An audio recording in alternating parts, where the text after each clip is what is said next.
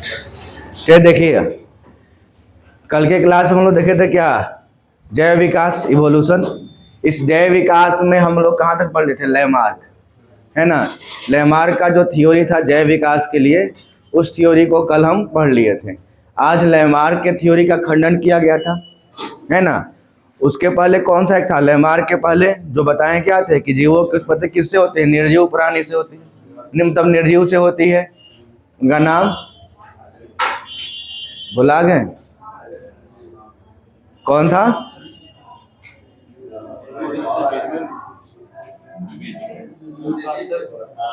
धन्य है प्रभु, कैसे कैसे लोग हमारे पास आते हैं, यही ना है जी, वॉन हाल्टमूर।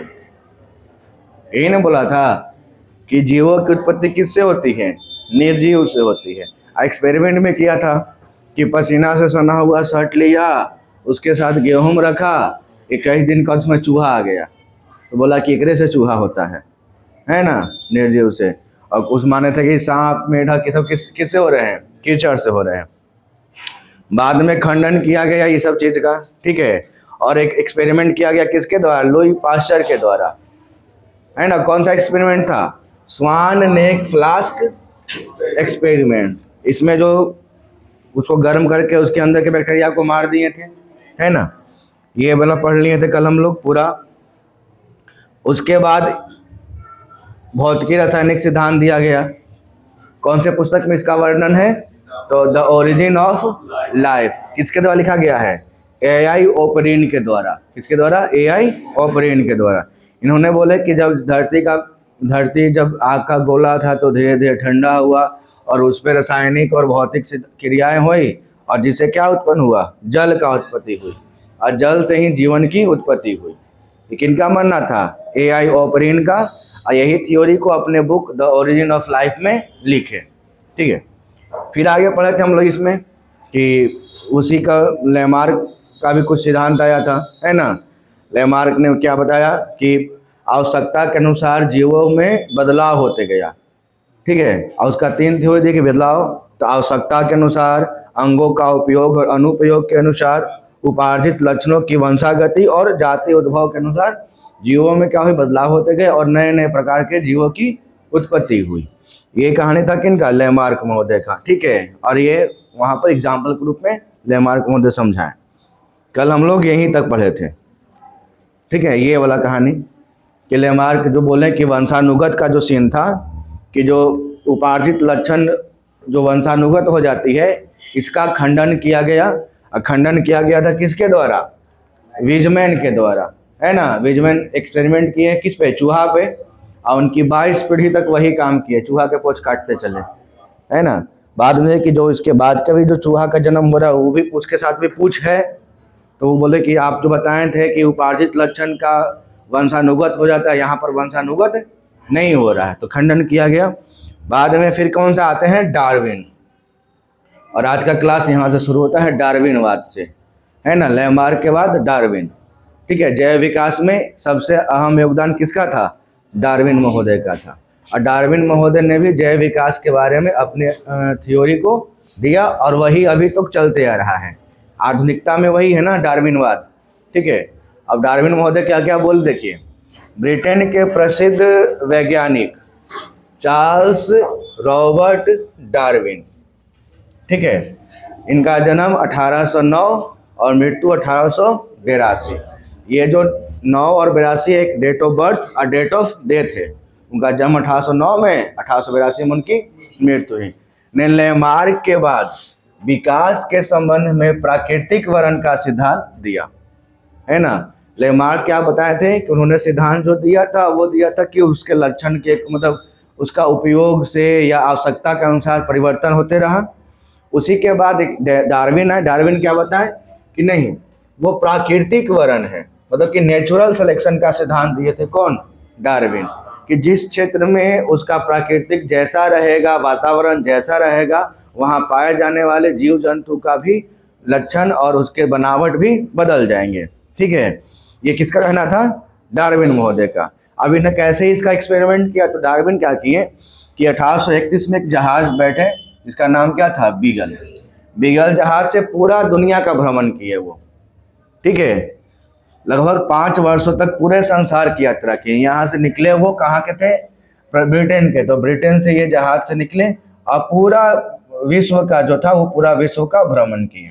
अब विश्व के भ्रमण करने के दौरान उस जिस स्थान पर जाते थे, ठीक है, वहाँ के जीव जंतुओं का वो अध्ययन करते थे, वहाँ के वातावरण को अध्ययन करते थे। तो वातावरण के अकॉर्डिंग देखें कि जीव जंतु का भी लक्षण अलग अलग है। जैसे बताएं क्या कि अगर मान लो कि कोई बर्फीला एरिया है, ठीक है, तो बर्फीला एरिया में जो जानवर है तो उसके शरीर पर लंबे लंबे बाल दिखे देंगे ठंड से बचने के लिए। जो बहुत ही गर्म एरिया में जानवर है वहाँ के जानवरों के शरीर पर उसके तुलना में काफ़ी छोटे छोटे बाल देखने को मिलेगा। जैसे हम लोग ही देखते हैं कि नॉर्मली जो ये होता है क्या बोलते हैं बैल जिसको याक बोलते हैं हम लोग, है ना। तो याक के शरीर पर कितना, वो तो एक तरह गाय का ही प्रजाति में आता है याक भी, लेकिन उसके शरीर पर गाय की तुलना में क्या होता है, बड़े बड़े बाल होते हैं ताकि वो ठंडा से बच पाए। या जंगली हिम तेंदुआ जिसको बोलते हैं, या जंगली बाघ जो बोलते हैं, वो नॉर्मली बाघ के शरीर की तुलना में उसके शरीर पर बाल क्या रहेंगे, बड़े बड़े रहेंगे ताकि वो अपने आप को ठंडी से क्या बचा सके, ठंड से बचा सके। तो वही बोले क्या डार्विन महोदय कि जितने भी देश में भ्रमण किए तो उस देशों के वातावरण और वहाँ के पाए जाने वाले जीव जंतुओं का अध्ययन किए, और अध्ययन किए तो उसमें वो भिन्नता पाए। बोले कि वहाँ पर वही जानवर का शरीर का बनावट कुछ और है, यहाँ पर उसका बनावट कुछ और है, ठीक है। और क्या किए उन्होंने, विभिन्न देशों एवं द्वीपों के जीव जंतुओं का क्या किया, अध्ययन किया। और अध्ययन करने के बाद उन्होंने क्या किया, एक पुस्तक लिखा, किताब लिखा, और किताब में उसका वर्णन किए। देखिए 20 वर्षों के अध्ययन के बाद आइए 1859 में विकास के संबंध में अपने सिद्धांतों को प्राकृतिक वर्ण द्वारा जातियों की उत्पत्ति, origin of species by natural selection, मतलब कि प्राकृतिक में जैसे वैसे बदलाव होता है जीव जंतुओं में भी उसी के आधार पर बदलाव देखने को मिला। किसको मिला? डार्विन महोदय को। इसमें वो लगभग 20 साल तक अध्ययन किए, ठीक है।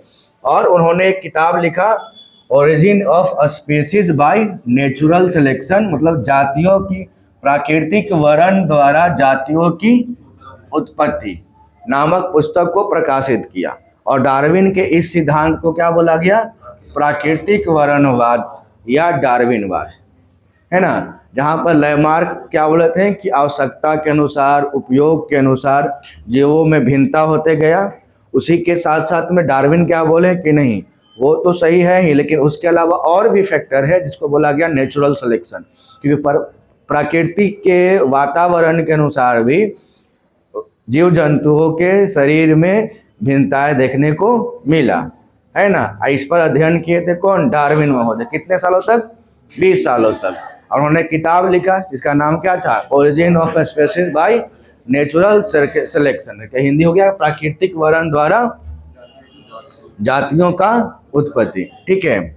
अब देखिए उन्होंने 6 प्रकार डिफाइन किया कि 6 तरह से हम जो है उसके अभिन्नताएं को देख पाते हैं। तो पहला बोले कि जीवों में संतोत्पत्ति की प्रचुर क्षमता होती है। जो अध्ययन किए 20 साल तो उनको क्या क्या निकल के आया देखने को। तो पहला पॉइंट क्या था कि जीवों में संतोत्पत्ति की प्रचुर क्षमता, मतलब कि जो भी जीव होते हैं उनमें संतान उत्पन्न करने की क्षमता ज़्यादा होता है, तब ना वो विस्तार करेगा। अगर किसी जीव में संतान उत्पन्न करने की क्षमता नहीं होगी तो वो कुछ समय के बाद विलुप्त हो जाएगा, क्योंकि नियम क्या है कि जिसका जन्म हुआ उसका मरण होवे करेगा। अमर तो है नहीं, कोई जल्दी कोई बाद, लेकिन सबका एक समय है जाने का। तो अगर जीव की उत्पत्ति करने की क्षमता ज़्यादा नहीं होगी तो क्या होगा, कुछ समय के बाद ही उसका जातियाँ खत्म हो जाएगी, ठीक है। जैसे डायनासोर और आपका एक पक्षी आता है, ये सब लोमस मेमथ, ये सब का नाम सुन रहे हैं ना, ये सब क्या है? विलुप्त हो चुका है। वो अपने आप को ढाल नहीं पाया, है ना। उसके जीवों में वो लक्षण नहीं आया जो बदलाव होते होते अभी जिंदा हो पाते। तो डायनासोर समाप्त हो गए। लोमस मेमथ सुने होंगे, हाथी था, बहुत विशाल हाथी, है ना, वो समाप्त हो गया। एक ऐसी पक्षी है डोडो पक्षी, नाम सुने होंगे डोडो पक्षी, वो भी क्या हो गया? समाप्त हो गया, ठीक है। अब आइए जीवन संघर्ष, और क्या बोले? जीवन संघर्ष कि जीवन जो है संघर्षों से बड़ा है, जो उसमें शक्तिशाली होता है वो जीतता है, जो शक्तिशाली नहीं है वो मारा जाता है, हार जाता है। योग्यतम की उत्तरजीविता, जो उसमें योग्य होता है वही, जैसे आप देखे होंगे कि बहुत सारे जानवरों के अंदर एक क्वालिटी होती है कि बच्चों को जन्म दिया, अब बच्चे को जन्म दिया तो जो उसमें मजबूत बच्चा रहेगा ना उसको वो रखेगा और खराब खा के खा पी खत्म कर लेगा, है ना। बहुत सारे जीव मतलब जानवरों में ये गुण होता है, ऐसा लक्षण देखने को मिला है कि वो अपने बच्चे को जन्म दिया, अब बच्चे को जन्म देने के बाद देखा कि जो बच्चा उसके हिसाब से मजबूत है ना, वो उसी को पाल पोस के बड़ा करेगा, और जो कमजोर रहेगा उसको वो मार देगा। ठीक है, तो ये हो गया क्या, योग्यतम की उत्तरजीविता। फिर विविधता, भिन्नता जो जिसको बोलते हैं वेरिएशन। वातावरण के अनुकूलन, मतलब कि जो आपका इन्वायरमेंट है उसके अनुसार वो खुद को एडेप्ट कर लिया। जैसे मनुष्य क्या है, तो मनुष्य तो बुद्धिजीवी हो गया है, तो किसी भी वातावरण में अपने आप को ढालने की क्षमता मनुष्य के पास है। लेकिन जानवर के पास उतनी उपलब्धता नहीं है जितना मनुष्य के पास है। तो जानवर, अगर अभी के हम ये यहाँ के जो जानवर इसको लेके चले जाएं साइबेरिया क्षेत्र में, ठीक है, तो साइबेरिया क्षेत्र में वो रह पाएगा नहीं। लेकिन इसी का प्रजाति जो है साइबेरिया क्षेत्र में है, लेकिन उसमें क्या है कि वो खुद को उस अकॉर्डिंग ढाल लिया है, रहते रहते क्या हुआ कि साइबेरिया क्षेत्र के अनुसार ढाल लिया है। ठीक है, ताकि अब उसको उतना ज़्यादा ठंडी, जैसे अगर नॉर्मली हम लोग यहीं देखते हैं, तो अभी तो हम लोग के बगल में बोध गया है, अब बोध गया में सभी देश के लोग आते हैं, हम लोग देखते हैं, तो जिस ठंड में हम लोग एकदम जैकेट मफलर पूरा कोट पैंट पहन रहते हैं, उसी ठंड में देखिए कुछ विदेशी जो रहेगा हाफ पैंट और ट्राउजर पे घूमते रहेगा। देखे होंगे बोध गया में हाफ पैंट और ट्राउजर में वो सुबह सुबह टहल रहा है, और उस ठंड में हम लोग दलदला रहे हैं। तो ऐसा क्यों, क्योंकि उसका शरीर जो है ना, जहाँ से वो आया होगा उसमें वहाँ पर उतना ही ठंड होगा, है ना। तो उसका शरीर उस चीज़ को एडेप्ट कर लिया, ठंडी बर्दाश्त करने की क्षमता उसके अंदर आ गई। अब हम लोग के शरीर का क्षमता वो नहीं है, ज़्यादा ठंडी होता है तो एकदम ठंडी लगना शुरू हो जाता है, और ज़्यादा ठंडी तो वो लोग के लिए नॉर्मल हो गया वो। ठीक है, और हम ही लोग चल जाएंगे कहाँ पे, लद्दाख में चल जाएंगे, है ना, तो लद्दाख के लोग नॉर्मल रहेंगे, हमने दलदलाइत रहेंगे, क्योंकि हम लोग को क्षमता है ही नहीं। लद्दाख का आदमी जब इधर चलाया गर्मी में तो सब मर जाएगा, क्योंकि गर्मी उसे बर्दाश्त नहीं करेगा, उधर गर्मी होबे नहीं करता है, शरीर उसका झेले नहीं पाएगा गर्मी को। हम लोग का शरीर क्या है, उस मौसम के अनुसार एडेप्ट कर लिया है सारा मौसम को। ठीक है, ये होता है एडेप्शन, मतलब किसको बोलते हैं, वातावरण के अनुकूलन। बाकी सब डिटेल समझाएंगे फिर आगे। फिर आगे है नई जातियों की उत्पत्ति, है ना। ऐसे जो बदलाव कंटिन्यू देखने को मिल रहा है, एक जाति से उसी का जो वंशज है उसमें बदलाव, तो आगे चल क्या होता है धीरे धीरे कि बहुत सारा बदलाव देखने को हो जाता है, एक नया जाति का उत्पत्ति हो जाता है, नया जीव का उत्पत्ति हो जाता है। तो खैर ये छवों को हम डिटेल से भी समझते हैं। ये किसके द्वारा दिया गया था, डार्विन के द्वारा, है ना, जो 5 वर्ष तक पूरे अध्ययन मतलब दौरा किए पूरे विश्व का, और उसमें 20 वर्ष तक उसका अध्ययन किए, और ये 6 पॉइंट निकाले कि ऐसे ऐसे करके जीवों की अलग अलग प्रजातियां या जीवों का विकास संभव हो पाया। ठीक है, देखिए अब यहाँ पर पहला पॉइंट कहता है कि जीवों में संतानोत्पत्ति की प्रचुर क्षमता, मतलब कि सभी जीवों में संतान उत्पन्न करने की प्रचुर क्षमता होती है, ताकि वो उसका जीव का अपना विकास हो पाए। तो इसमें देखिए प्रत्येक जीवधारी में प्रजनन द्वारा संतानोत्पत्ति की अपार क्षमता होती है। जैसे एग्जाम्पल में यहाँ कुछ लिखा क्या है कि पैरामीशियम जो है, पैरामीशियम है ना, पैरामीशियम का आकार किसका जैसा, चप्पल के जैसा। सवाल पूछता है कि चप्पल जैसा आकार किसका था, पैरामीशियम का। उसका शेप देखिएगा तो ऐसा बना रहेगा चप्पल के आकार का। कैसे उसका बना है, अरे तो चप्पल हक के पार देना, ऐसा नहीं आकार रहेगा, है ना, चप्पल के आकार का रहेगा तो क्या है, पैरामीशियम है। तो पैरामीशियम के बारे में क्या बोला कि पैरामीशियम जो है एक घंटा में 3 बार प्रजनन करता है, और 3 बार प्रजनन करके 3 अलग अलग बहुत सारी संतानें उत्पन्न करती है, मतलब वो बहुत तेजी से फैलता है ना। वायरस बैक्टीरिया क्या है, बहुत तेजी से फैलेगा वो, बहुत जल्दी। और बोला कि समुद्री मछली, देखिए समुद्री मछली क्या है कि एक ब्रीडिंग में, मतलब ब्रीडिंग सेशन में, एक प्रजनन काल में वो 1 मिलियन अंडा देता है। 1 मिलियन अंडा मतलब छोटा छोटा बहुत सारा दे देगा, है ना। और क्या है, सेल्मन फिश भी एक मछली का नाम है, सेल्मन। वो अपना एक प्रजनन काल में 2,80,00,000 अंडा देता है। कितना? 2,80,00,000 अंडा। अब इसमें अब बोले कि सर इतना मानी मछली कैसे हो? तो अंडा तो 2,80,00,000 दिया, लेकिन कुछ अंडे जो है सब बर्बाद हो जाएंगे, कुछ को दूसरे मछली खा जाएगी, है ना। कुछ जो है मछली अंडा से जैसी मछली के रूप में या दूसरा मछली, आपको पढ़े हैं कि समुद्र में क्या होते हैं कि छोटी मछलियां बड़ी मछलियों का शिकार होती है ना। तो वही काम है। अब 2,80,00,000 में बहुत कम में बचता होगा, ठीक है। तो ये क्या बोला गया कि सभी जीवों में प्रजनन की अपार क्षमता होती है, ठीक है, संतानोत्पत्ति की अपार क्षमता होती है। अब अगर बात करते हैं स्तनधारियों में, स्तनधारियों मैमल्स में, तो स्तनधारी में सबसे कम प्रजनन क्षमता होती है हाथी की, है ना। वो अपने पूरे जीवन काल में मात्र 6 बच्चे को जन्म दे सकती है, ठीक है। वो पूरा अपना जीवन काल जिएगा हाथी, तो बस 6 बच्चे को जन्म देगा, ठीक है। तो सबसे कम स्तनधारी में किसका है? हाथी का है, ठीक है। अब बाकी यहाँ पर दिखाई रहा है छोटा जीव मछली सबका, पैरामीशियम का हो गया, एक घंटा में 3 बार प्रजनन कर देगा वो। समुद्री मछली का 1 मिलियन और सैल्मन फिश का 2,80,00,000। ये प्रजनन क्षमता है उसका, कि संतानोत्पत्ति की क्षमता जिसको बोल सकते हैं, ठीक है। तो पहला पॉइंट था कि सब जीवों में संतानोत्पत्ति की क्षमता सबसे ज्यादा होती है ताकि उसका विस्तार हो सके, पहला पॉइंट। दूसरा पॉइंट क्या बोला था? जीवन संघर्ष, ठीक है, कि जीवन जो है संघर्ष से भरा हुआ है।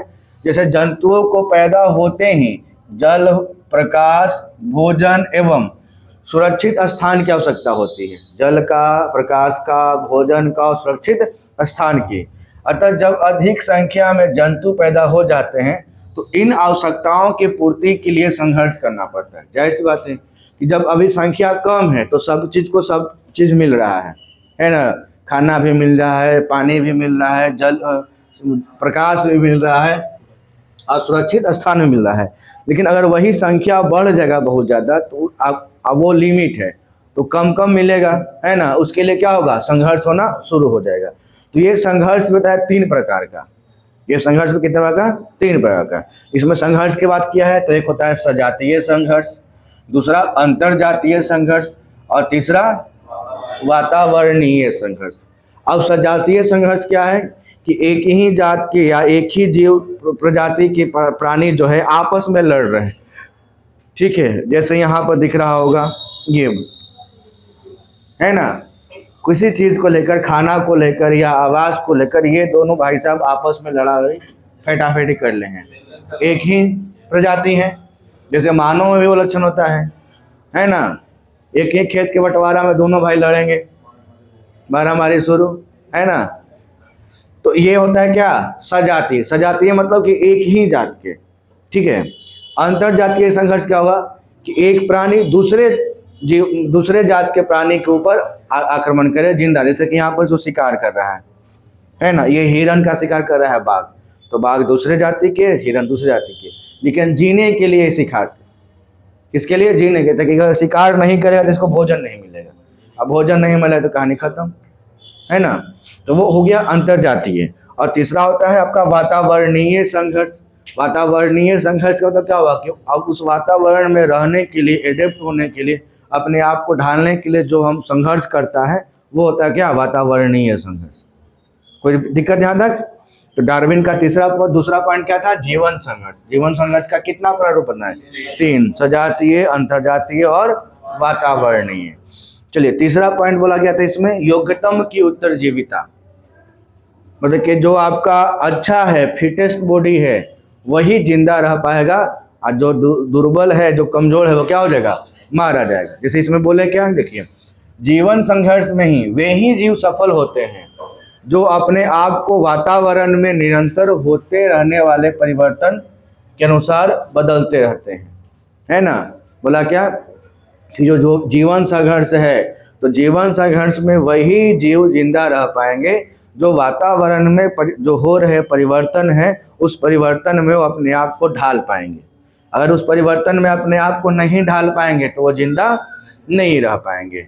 जो जीव ऐसा नहीं कर पाते वे शीघ्र ही क्या होते हैं? समाप्त हो जाते हैं। और संघर्ष के दौरान जिसमें सबसे अच्छी विविधता होती है उसे प्राकृतिक चयन कर लेती है। जिसे क्या बोलता है? हर्बर्ट स्पिनर ने सर्वाइवल ऑफ फिटेस्ट कहकर संबोधित किया था। बात समझे? जैसे वैसे जीव जो मौसम में या वातावरण में हो रहे परिवर्तन के अनुसार अपने शरीर को या खुद को नहीं ढाल पाएंगे, वो शीघ्र ही क्या हो जाएंगे? समाप्त हो जाएंगे। ठीक है, तो उस जो ढाल नहीं है तो फिटेस्ट है, तो उसको क्या बोला गया? योग्यतम की उत्तरजीविता, सर्वाइवल ऑफ द फिटेस्ट। ये वर्ड किसके द्वारा दिया गया? तो सवाल आएगा हर्बर्ट स्पेंसर। किसके द्वारा? हर्बर्ट स्पेंसर के द्वारा। फिर आते हैं चौथा पॉइंट डार्विन का, क्या था? कि विविधता, वेरिएशन। वेरिएशन क्या होता है? देखिए, अब वेरिएशन के बारे में क्या है कि एक ही माता पिता की संतानें केवल जुड़वा बच्चे को छोड़कर आपस में समान नहीं होते हैं। एक ही माता पिता के जो संतान, मान लें कि एक ही मम्मी पापा के 3 भाई हैं, तो तीनों भाई थोड़ी एकदम एक ही जैसा हो गए? नहीं, कुछ ना कुछ अंतर देखने को मिलेगा। सिर्फ जुड़वा को छोड़, जुड़वा का मतलब है कि एक जैसा है ना। तो ये वही बोला कि एक ही माता पिता की संतानें केवल जुड़वा को छोड़कर आपस में समान नहीं होते। उनके रंग, रूप, आकार, अंगों की संरचना तथा कारिकी की विभिन्नता दिखाई देती है ना। रंग रूप अलग रहेगा भाइयों में, आकारों में अंतर रहेगा, कोई ज़्यादा लंबा, कोई उससे कम, ऐसे रहेगा। काम करने की क्षमताओं में भी अंतर देखने को मिलेगा। ठीक है, और ये सभी भिन्नताएं इन्हें अपने माता पिता से वंशगत के रूप में मिलती हैं। ये जो सभी भिन्नताएं वो अपने माता पिता से ही मिलेंगे वंशगत के रूप में, लेकिन सब अलगे अलगे रहेंगे। ना समझ में आ रहा है ना? ये तो नॉर्मली देखिए, किसी माता पिता के अगर 3 बेटा हुआ तो तीनों बेटा का जो है ना कुछ मैच करेगा मम्मी पापा से, वंशानुगत है, लेकिन वो तीनों के आपस में अलग अलग भिन्नता रहेगा ना। गुण तो मिला, जैसे हो सकता है कि 3 गो भाई है तो किसी एक का भाई का मुंह जो है मम्मी जैसा, किसी एक का भाई का मुंह जो है तो पापा जैसा, और किसी तीसरा भाई का मुंह दोनों से मिला हुआ है, ओठ है मम्मी के साइज का, उसका रंग है पापा के साइज का, कान का बनावट मम्मी का है। ऐसा ही होता है ना, वो सब का होता है, हंसने की बात नहीं, वो सब का यही गुण है। जो भी संतान है तो उनका अपने देखिएगा मम्मी पापा से कुछ ना कुछ में सिमिलरिटी देखने को मिलेगा। इसी तरह ना देखिए, अगर आपके जो बड़े बुजुर्ग हैं वो आपको देख के पहचान जाए कि हाँ फलना के बेटा है ना। पहचानते हैं कि नहीं? फलना के बेटा है या फलना के बेटी है, ये बोल देते हैं। कैसे? क्योंकि वो आप बड़े बुजुर्ग है, वो आपके पापा को भी देखे हैं बचपन में। जिस उम्र में है आप, उस उम्र में आपके पापा को भी वो देखे, तो उनको देखने से लगा कि हाँ ये फलने के बेटा हो सकता है, और नहीं है तो विवाद। क्या है? छोड़िए, यहाँ क्या है कि ये सभी भिन्नताएं क्या है? इन्हीं अपने माता पिता से क्या होती है? वंशागत रूप में मिलती हैं। अब कुछ भिन्नताएं जो हैं जीव विकास के लिए लाभदायक तथा कुछ हानिकारक होती है। ठीक है, कुछ जो भिन्नताएं हैं उसके जीवों के विकास के लिए क्या है? लाभदायक भी है, और कुछ भिन्नताएं उनके जीवों के विकास के लिए हानिकारक भी है। ठीक है, तो अब जो हानिकारक है वो धीरे धीरे क्या हो जाएगा? समाप्त, और जो लाभदायक है वो धीरे धीरे अस्थायी हो जाएगा। ठीक है, वैसा गुण जो जीवों के विकास के लिए उनके लिए लाभदायक रहेगा वो लाभदायक धीरे धीरे क्या हो जाएगा? अस्थायी हो जाएगा, और जो हानिकारक है वो धीरे धीरे समाप्त हो जाएगा। देखिए, धीरे धीरे लाभदायक विभिन्नताएं अस्थायी होकर संतानों में चली जाती हैं, और जिससे नई जातियों की उत्पत्ति होती है। ठीक है, किसके द्वारा? विविधता के द्वारा, वेरिएशन के द्वारा। अब इस चीज को ऐसे समझिए, जैसे मान लीजिए कि एक जोड़ा है मेल फीमेल, इसमें उनकी माँ का जो आँख है उसका कलर नीला है। ठीक है, ब्लू आइज हिप्नोटाइज, नहीं समझते हैं सब चीज़, और पिताजी का काला है। अब उनसे 2 संतानें उत्पन्न हुई। ठीक है, एक लड़का एक लड़की। तो लड़का चला गया अपने मम्मी पे तो उसका आँख ब्लू, पापा बेटी चला गया अपने पापा तो उसका आँख ब्लैक। अब ये 2 अलग अलग चल रहा है से, दोनों तो एक ही के संतान है, दोनों भाई बहन। अब भाई का शादी जिससे हुआ उसका भी आँख ब्लैक था, लेकिन उसके से संतान हुआ उसका ब्लू आई, है ना। तो ये खानदानी परंपरा वहाँ से चलते गया, है ना। उसके बाद सबका आँख कैसा कैसा? Blue blue. इधर में सबका आँख कैसा कैसा? Black blue. तो अब ये एक नया प्रजाति बने कि ब्लू आँख वाला है तो फलना बच्चा पहचाने कि हाँ ब्लू आँख हमारे गांव में एक ये था फलना के, है ना। तो वो सब सीन होता है। तो यही बोला कि उसका होता है कि जिससे नई प्रजातियां की उत्पत्ति हो जाती है। ठीक है। लंबा नाटा से भी होता है कि कोई आदमी लंबा है तो उसका संतान भी लंबा लंबा हो रहा है ना। कोई आदमी नाटा है तो उसका संतान भी नाटा नाटा ही हो रहा है, कम कम हाइट वाला हो रहा है। क्या हो गया? अच्छा, वो जो बनाता है क्या? हाँ तो बौना है ये, तो बौना का बाल बच्चा बौने ना होगा।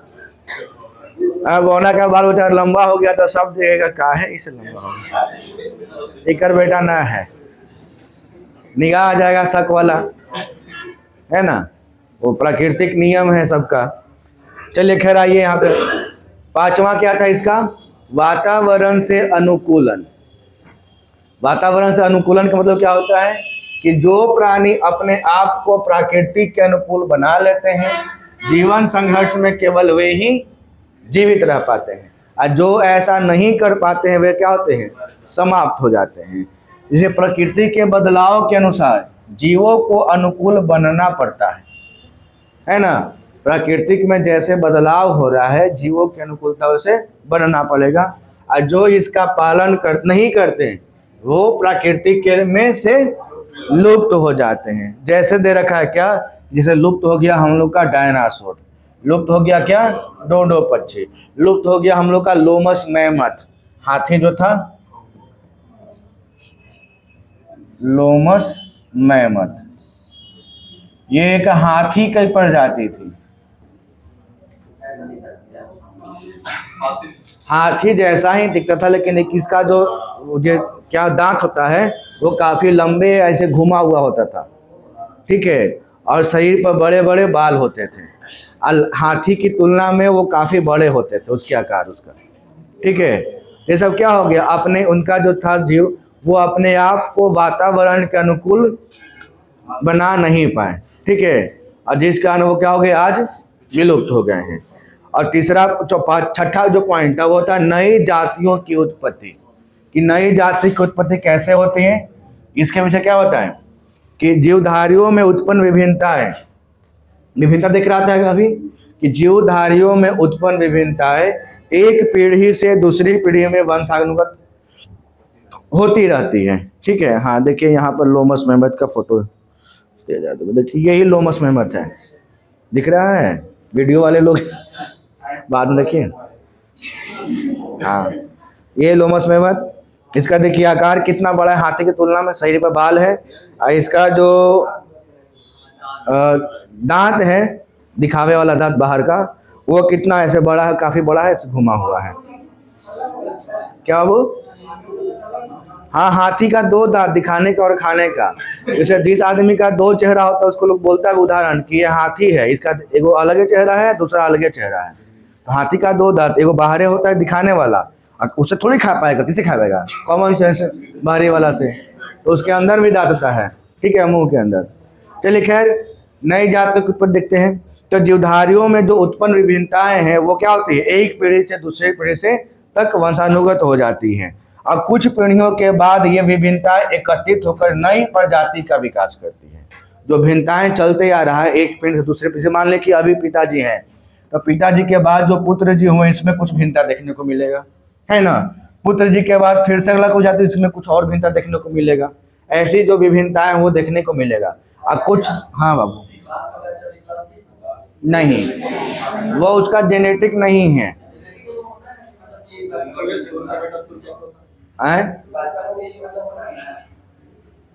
जिसका बचपन से होता है उसमें तकलीफ है, जो बाद में होता है हो सकता है। चलिए देखिए यहाँ समझिए क्या है कि जीवों में जो विभिन्नताएं देखने को मिला कि यहाँ से जो भिन्नताएं यहाँ पे आया पुत्र में, पुत्र के बाद जो उनसे पुत्र होगा उसमें भिन्नता देखने को मिलेगा। ऐसे बहुत सारे पीढ़ियों के बाद क्या होता है कि बहुत ज्यादा भिन्नता हो जाता है ना। और जब बहुत ज्यादा भिन्नता हो जाएगा तो क्या हो, एक नया पीढ़ी का जन्म हो जाएगा। बात समझे? तो बहुत ज्यादा जो भिन्नताएं हो गया, अंतर जो हो गया स्टार्टिंग से लेकर अभी तक में, तो एक नई पीढ़ी का वो जन्म ले लेगा। जैसे हम लोग का बोला जाए तो हम लोग के जो बोलते हैं कि पूर्वज बंदर हैं, ठीक है, अभी तो बंदर है, ये है, अभी तो बंदर है ना जी। ऐसे ना कि थोड़ी कि बंदर सब खत्म हो गया सब आदमी बन गया, अभी भी बंदर की प्रजाति है, आदमी का भी प्रजाति चल रहा है। तो ऐसा माना जाता है कि हम लोग का जो पूर्वज है और जो बंदर का पूर्वज था वो एक ही था। बात समझे, हम लोग का जो पूर्वज है और बंदर का जो पूर्वज है वो दोनों क्या है, एक के है। अब वहां से विभिन्नताएं चलते आया तो हम लोग में जो बदलाव आते आते आते सुधार हुआ तो हम लोग इंसान बन गए, और उधर में जो है वो अभी बंदरे हैं, ठीक है। तो ऐसा नहीं बोल सकते कि हम लोग का पूर्वज बंदर, नहीं, हम लोग का जो पूर्वज है आप बंदर के पूर्वज वो दोनों एक के होगा, तो उधर ज़्यादा डेवलपमेंट नहीं हुआ, ठीक है, यही कह सकते हैं। और नई पीढ़ी के सदस्य पुरानी पीढ़ी के सदस्य से बिल्कुल क्या होते हैं, भिन्न हो जाते हैं, है भी। चलिए, ये 6 पॉइंट किसका दिया हुआ था, डार्विन महोदय का, ठीक है। इनका क्या नाम था, नेचुरल सिलेक्शन थ्योरी, प्राकृतिक वर्ण का सिद्धांत, ठीक है। अब आते हैं इसमें कुछ खंडन भी हुआ जाएगा, डार्विन के विरुद्ध आलोचना, मतलब कि डार्विन के सिद्धांत को भी कुछ लोग जो क्या थे उसका खंडन किए। किस किस पर खंडन किए, देखिए बोला क्या कि पहला बोले कि जीवों में सभी विविधताएं नई मांगों के अनुकूल का परिणाम नहीं हो सकती है। क्या पहला बोला कि जीवों की जो विभिन्नताएं हैं वो नई मांगों के अनुकूल का परिणाम नहीं है, कुछ का उसके जेनेटिक्स भी होता है और परिवर्तन हो जाता है। दूसरा बोला कि पर्यावरणीय कारक ही विविधताओं का एकमात्र कारण नहीं है, वे अन्य कारणों के कारण भी भिन्न हो सकते हैं, ठीक है। ये कहना कि सिर्फ पर्यावरण ही नहीं है, पर्यावरण के साथ अन्य कारक भी है जो जीवों की उत्पत्ति में भिन्नता को लाता है, ठीक है। फिर आया कि वंशानुक्रम के अनुवांशिक आधार पर कोई विचार नहीं किया गया, कि वंशानुक्रम जो वंश में जो बदलाव होता है इसका कोई विचार डार्विन महोदय अपने थ्योरी में नहीं दिए, जो भी जरूरी था। और चौथा पॉइंट बोले कि जो विविधताएं उपयोगी नहीं है, मतलब कि जो भिन्नताएं उपयोगी नहीं है वो भी विरासत में मिल सकती है। जैसे उदाहरण में क्या बोलते हैं, अवशेषी अंग, जिसका आप नाम ले रहे थे, है ना, अजीत, उनका क्या था बाबू साहब, बौनापन हो गया, या किसी का आप बताएं कि किसी एक का 6 उंगली है तो उसका बच्चा का भी 6 उंगली हो जाएगा, ये संभावना है। बोला गया कि जो विविधताएं उपयोगी नहीं है, है ना, तो वो भी विरासत में मिल सकती है, उनके बच्चे के में भी 6 उंगली हो सकता है, जो संतान होगा उसका भी 6 उंगली हो सकता है, इसकी संभावना है। जैसे उदाहरण दिया अवशेषी अंग।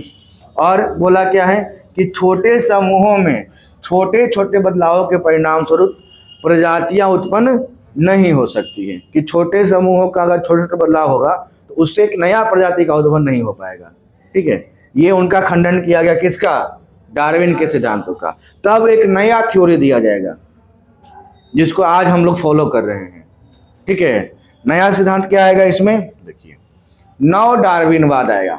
डार्विनवाद कहीं कुछ चेंज करके और नया एक सिद्धांत दिया गया जिसका नाम पड़ गया क्या, नव डार्विनवाद। इसको देने वाले कौन थे, जूलियस हक्सले, जूलियन हक्सले। देखिए इसमें बोला क्या गया कि डार्विन अपने प्राकृतिक चयन के सिद्धांत के अंतर्गत आनुवांशिकता का कोई भी स्थान नहीं दिया। जो जेनेटिक्स गुण आता है इसका डार्विन महोदय ने ख्याल नहीं रखे और उसके बारे में कोई बातचीत नहीं की अपने सिद्धांत में, जिस कारण से आनुवांशिकता के ज्ञान के अभाव में डार्विन ने जीवों में पाए जाने वाले विविधता के लिए उत्तरदायी कारक किसको माना, उत्परिवर्तन को माना। उत्परिवर्तन या जीनीय बहाव को कोई भी महत्व नहीं दिया गया। उन्होंने बोला कि बदलाव सिर्फ कैसे होते हैं, वातावरण के अनुसार होता है, डार्विन यही बोल रहे थे। लेकिन जेनेटिक्स भी बदलाव होता है, ठीक है। तो ये आपका जो हम लोग इसके बारे में पढ़ चुके हैं ना जी, जेनेटिक्स के बारे में कहाँ गए, अनुवांशिकता के बारे में पिछले क्लास में पढ़े थे। अनुवांशिकता जो माता पिता के लक्षण को आगे फॉलो करा है, जीन्स, ठीक है। तो उसमें म्यूटेशन और जेनेटिक डिफरेंट के बारे में डार्विन महोदय ने कोई अपना व्याख्या नहीं दिया, जिस कारण से उनका जो सिद्धांत था वो इस पॉइंट पर क्या हो गया, गलत साबित हो गया, ठीक है। तब आया जूलियन हक्सले, है ना, तथा निम्नलिखित आधार पर डार्विन महोदय की आलोचना की गई। और डार्विन महोदय का मानना है कि जीवों की जनसंख्या पर नियंत्रण के लिए प्राकृतिक द्वारा आवश्यक सकारात्मक कदम उठाए जाते हैं, जबकि मानव द्वारा जनसंख्या नियंत्रण के लिए कृत्रिम उपाय भी अपनाए जाते हैं। जैसे जनसंख्या नियंत्रण के लिए डार्विन बोलते क्या थे कि जनसंख्या नियंत्रण करने के लिए ही प्राकृतिक जो है आवश्यक कदम उठाती है, जैसे कहीं बाढ़ ला दिया, काल ला दिया, भूकंप ला दिया, ज्वालामुखी करवा दिया, है ना, ऐसा डार्विन का मानना था। और जनसंख्या नियंत्रण के लिए मानव द्वारा भी कृत्रिम उपाय भी अपनाया जाता है ताकि जनसंख्या कंट्रोल रहे। ठीक है, अब जूलियन हक्सले क्या दिए, नव डार्विनवाद का व्याख्या की। इनका द्वारा क्या था, कहना था कि जूलियन हक्सले का मानना था कि सिर्फ उत्परिवर्तन मतलब म्यूटेशन द्वारा ही, मतलब जो चेंजेस होता है एक संतान से दूसरे संतान में और जो बदलाव होता है उसी को बोलते हैं म्यूटेशन, तो म्यूटेशन द्वारा ही उद विकास की प्रक्रिया आगे बढ़ती है तथा उत्परिवर्तन के पश्चात ही प्राकृतिक चयन का सिद्धांत क्या होता है, लागू होता है। ये पॉइंट बोले, किसके द्वारा बोला गया, जूलियन हक्सले के द्वारा बोला गया कि पहले तो म्यूटेशन हुआ, जेनेटिक्स बदलाव हुआ, और जेनेटिक्स बदलाव होने के कारण अगर उस बच्चे का उत्पत्ति होता है तब उसके बाद आपका काम जो है नेचुरल सिलेक्शन का सिद्धांत शुरू होता है, क्योंकि जन्म लेने के पहले ही गर्भ में ही है तो कहाँ से सिलेक्शन लेगा। बात समझ रहे हैं इस चीज़ को, जैसे बच्चे का जन्म अभी हुआ ही नहीं है तो नेचुरल सिलेक्शन कैसे अप्लाई कर पाइएगा, जब जन्म लेकर धरती पर आएगा तब ना प्राकृतिक सिद्धांत उस पर लागू किया जाएगा। तो इन्होंने वही बचित बोला कि जो जेनेटिक्स बदलाव होते हैं तो गर्भ में ही हो जाते हैं, कि बच्चे का नाक, मुंह, आँख, रंग, रूप कैसा होगा वो बदलाव होता है ना, थोड़ी होता कि बाहर आएगा जन्म लेने के बाद उसका बदलाव हो रहा है। पहले उसका आँख काला ही था, जन्म लेने के बाद देखा अरे मम्मी का हमारा आँख नीला है, हमरो नीला हो गया, ऐसा नहीं ना, वो तो पेट के गर्भ मतलब गर्भ में ही क्या होता है बदलाव सब हो जाता है। तो वो जो बदलाव हुआ कैसे हुआ, जेनेटिक्स, अभी वो गर्भ में ही है, उसका सब अंग जो है सो पूरा पूरी बन गया, है ना, कि 6 उंगली रहेगा कि 5 उंगली रहेगा, है ना, कान कैसा है, नाक कैसा है, आँख कैसा है, ओठ के आकार कैसा, मुंह का शेप कैसा है, वो सब गर्भ में ही हो गया।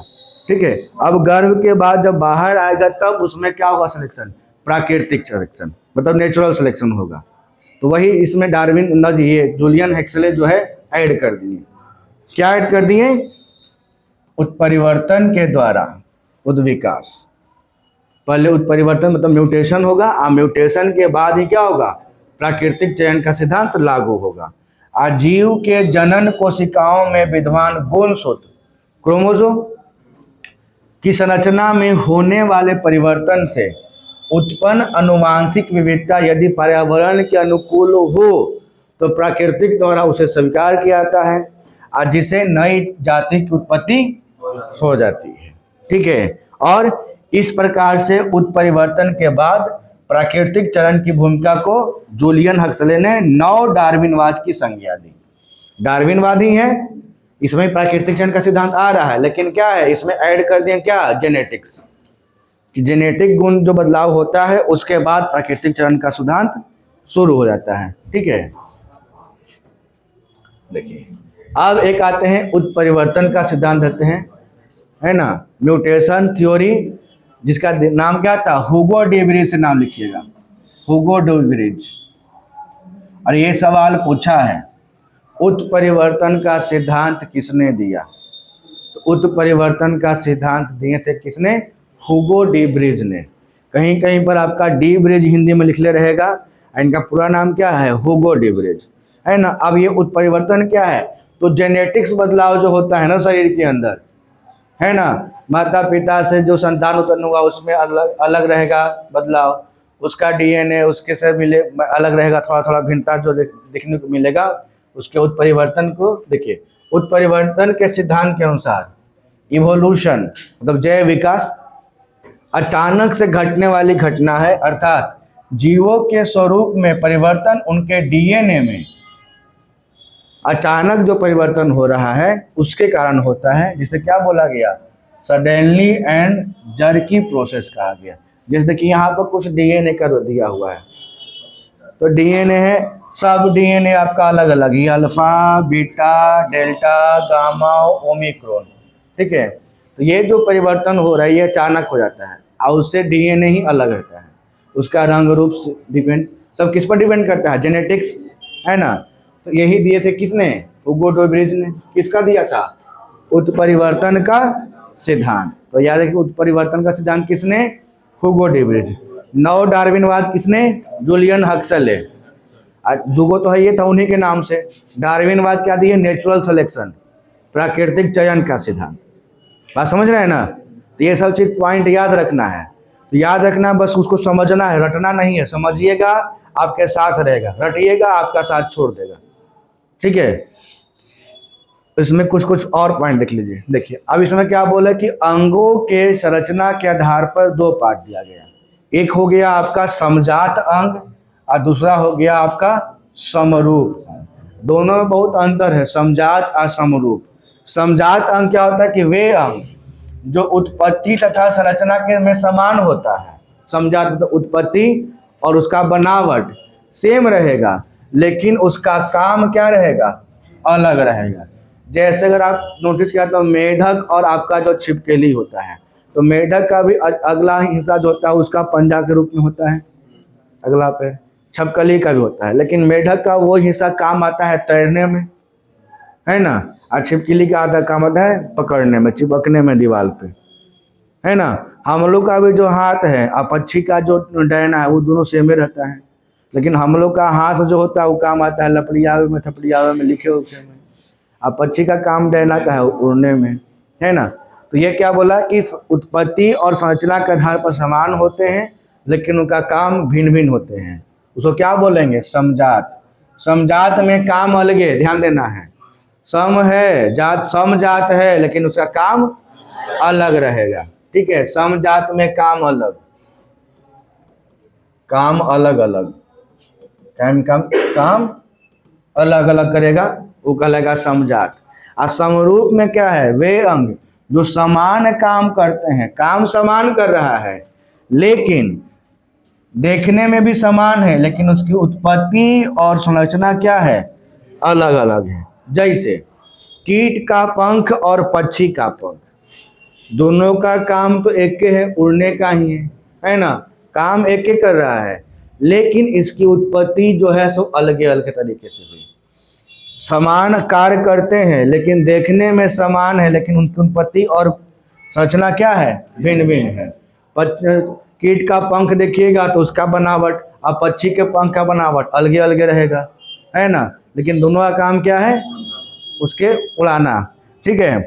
कीट के पंख और चमगादड़ के पंख, या आप में लीजिए कीट का पंख का बनावट देखिए कैसा है और चमगादड़ के पंख का बनावट कैसा है ना। दोनों का बनावट अलग अलग है, लेकिन मेन काम उसका क्या है, उड़ने में सहायता करना।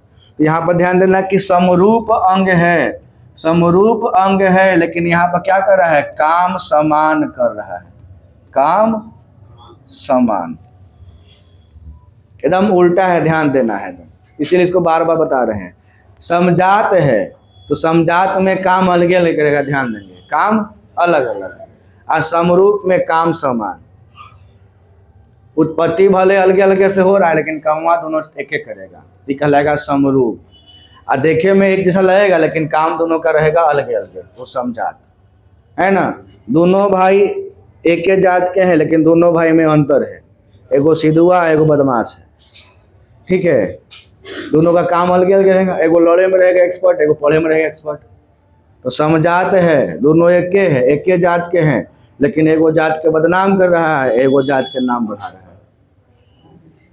बात समझें, ऐसा हम बोले याद करवाने के लिए, ताकि आप लोग चीज को याद रखें। समजात है लेकिन काम दोनों के अलग अलग रहेगा, और समरूप है लेकिन काम दोनों का समान रहेगा। चलिए अब यहाँ पे आते हैं कुछ इम्पोर्टेंट क्वेश्चन प्रीवियस ईयर का, और ये आप लोग का जिम्मेवारी है बनाने का, है ना।